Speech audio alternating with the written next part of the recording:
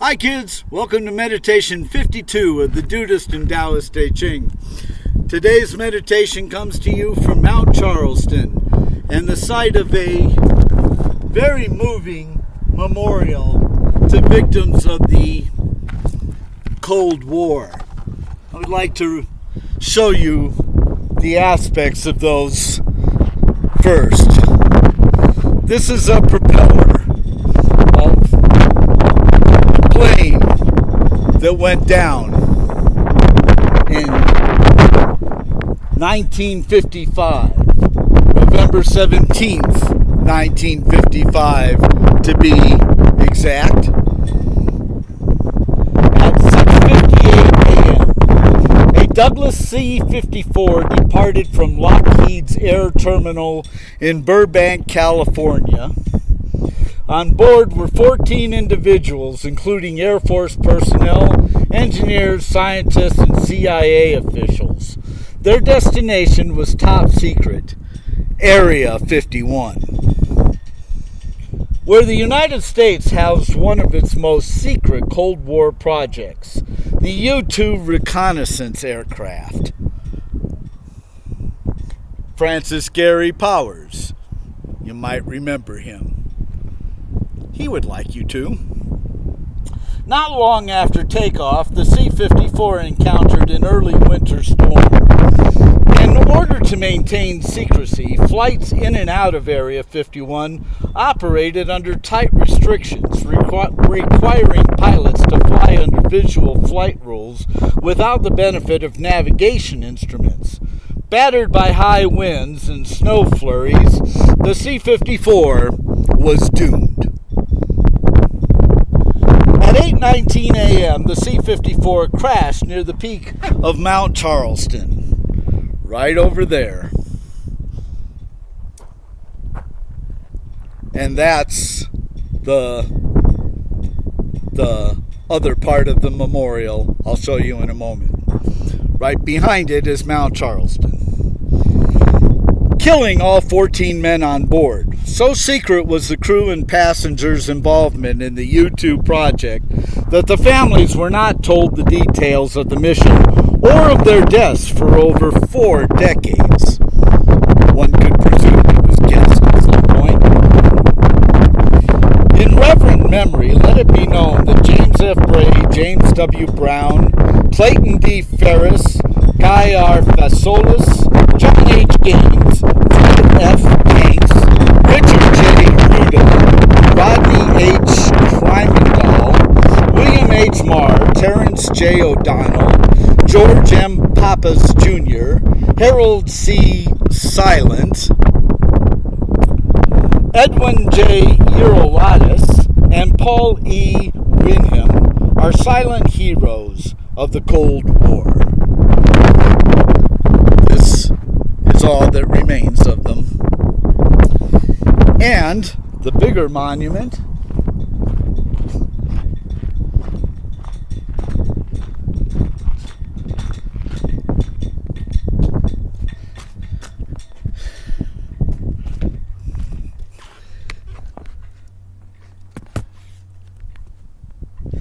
right there.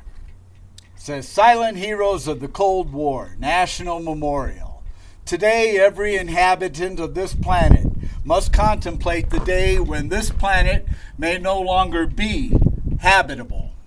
Every man, woman, and child lives under a nuclear sword of Damocles, hanging by the slenderest of threads, capable of being cut at any moment by accident or miscalculation, or by madness. That is a quote from President John F. Kennedy on September 25th, 1961. 2 years and 3 days from my younger brother's death.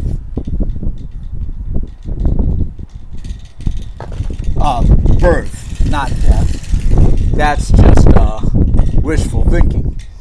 In memory of the silent heroes of the Cold War, the men and women who labored under a veil of secrecy, often putting their lives in peril for the good of our nation, our peace, and prosperity will always depend on the bravery of unsung Americans willing to make the ultimate sacrifice without recognition. And this is why I say peace.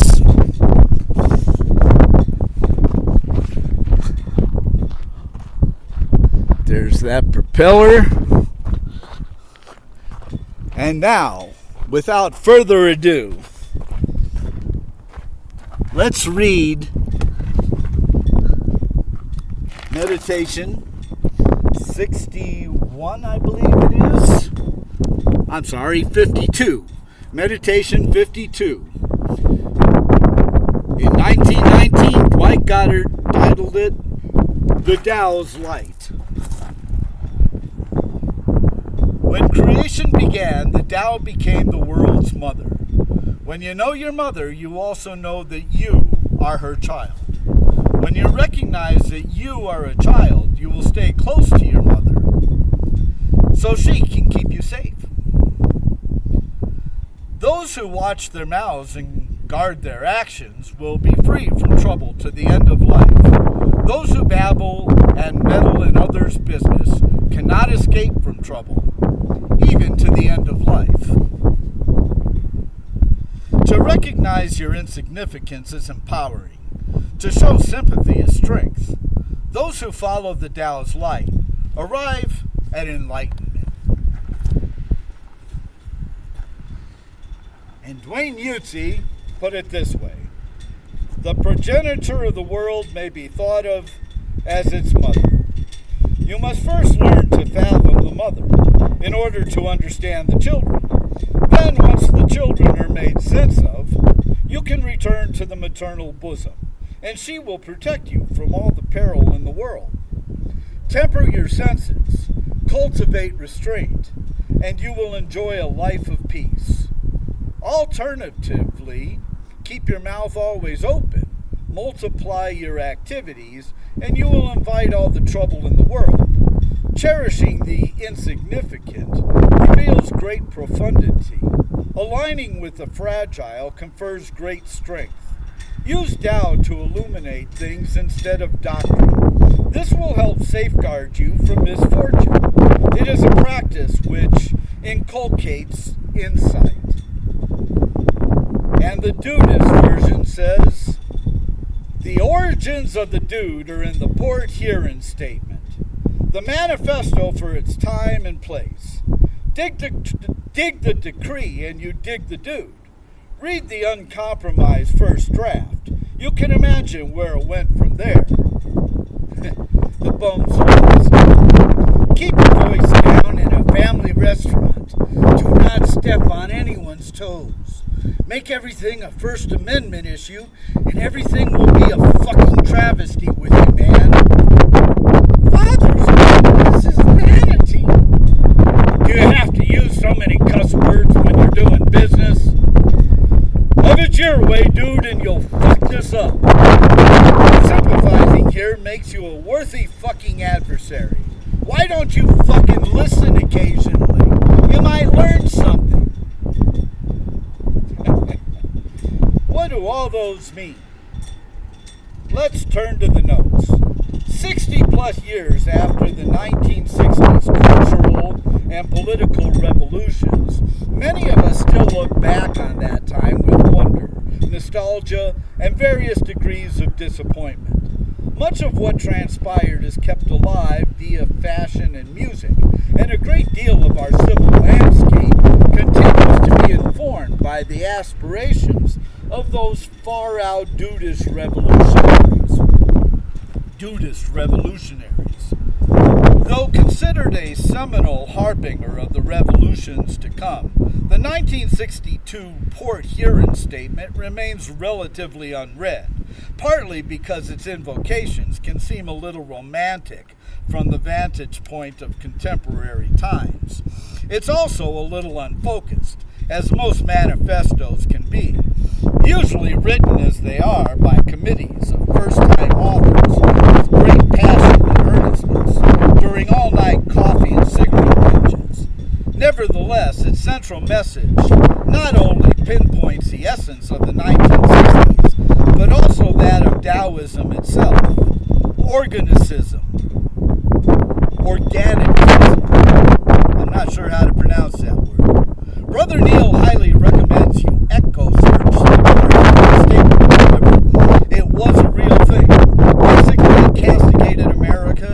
hope for a new left, that is, a new kind of liberalism. By criticizing America's faith in technology, affluence, and materialism, the statement provided a foundation for the counterculture of the 1960s and beyond. You might also want to research Neil Postman. Read 2 books in particular, Amusing Ourselves to Death and Technopoly. 2 brilliant works. The phrase that stands out most among the 25,000 or so words in the Port Huron statement is participatory democracy. That is to say, each person in a society should be imbued with equal agency rather than allowing practical power to be concentrated at the top of the social pyramid. Though all democracies are meant to afford this agency to its constituents, in reality, most are oligarchies.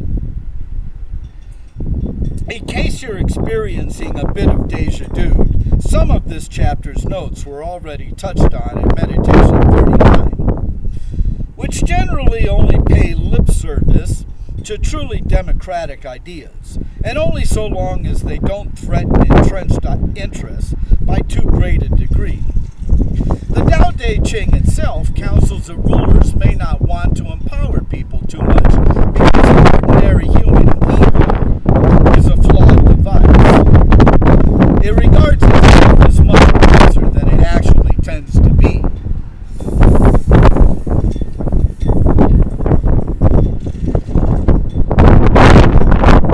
Most citizens assume they understand much more than they do and are easily swayed by provocative conspiracy theories, conjecture, and their own ingrained confirmation biases.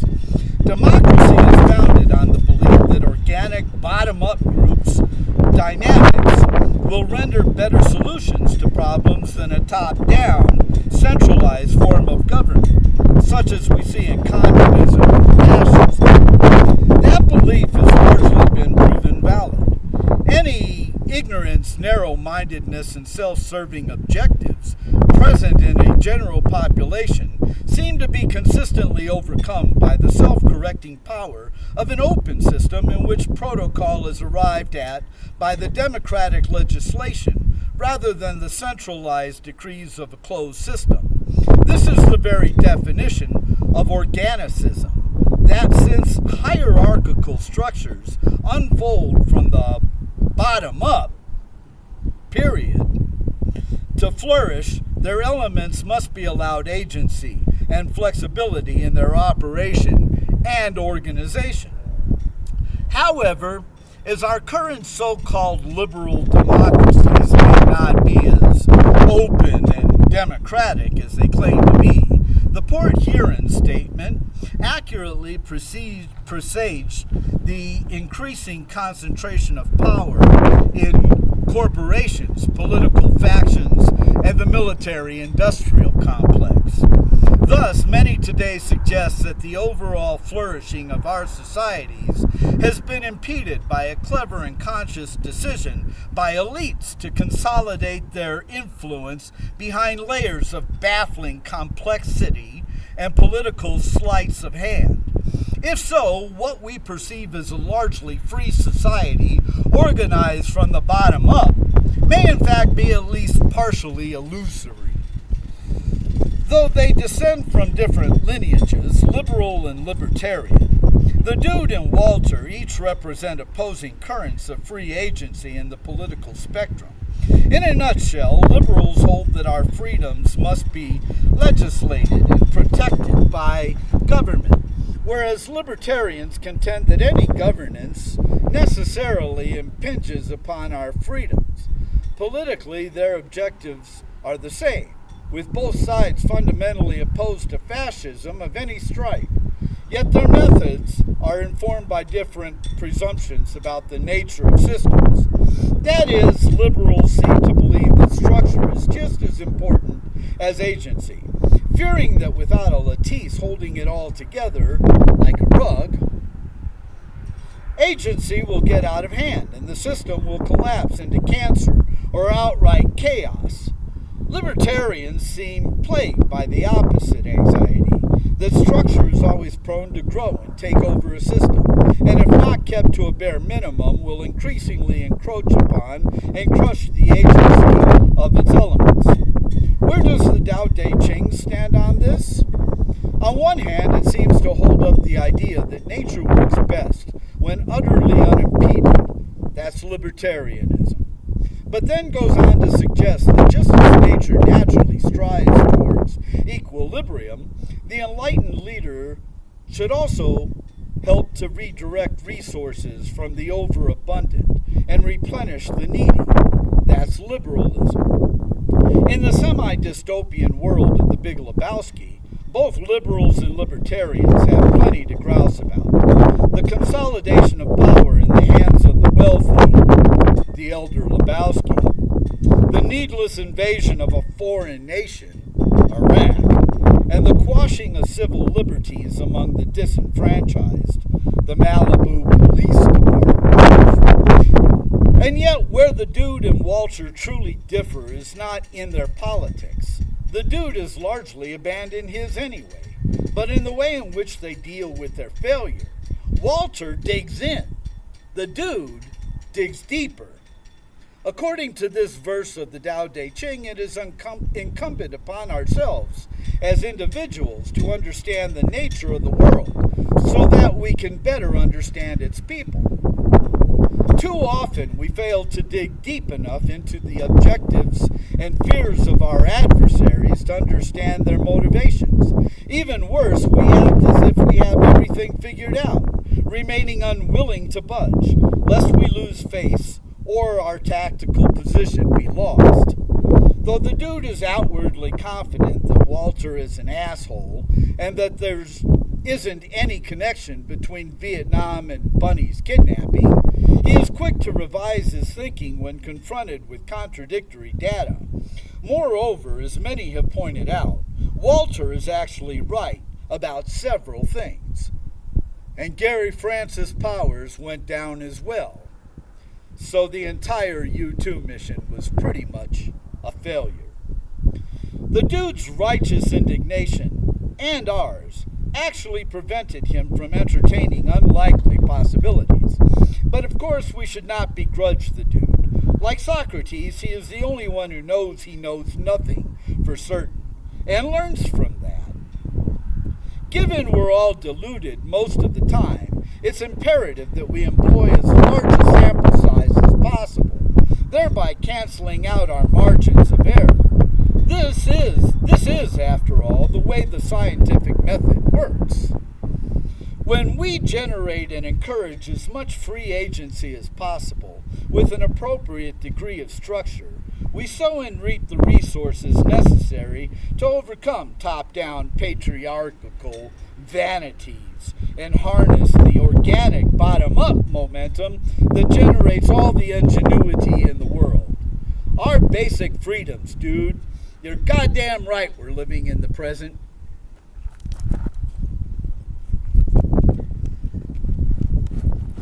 God, you're right. Right. You're bloody well right. Thank you for joining me on this meditation. Peace, good health,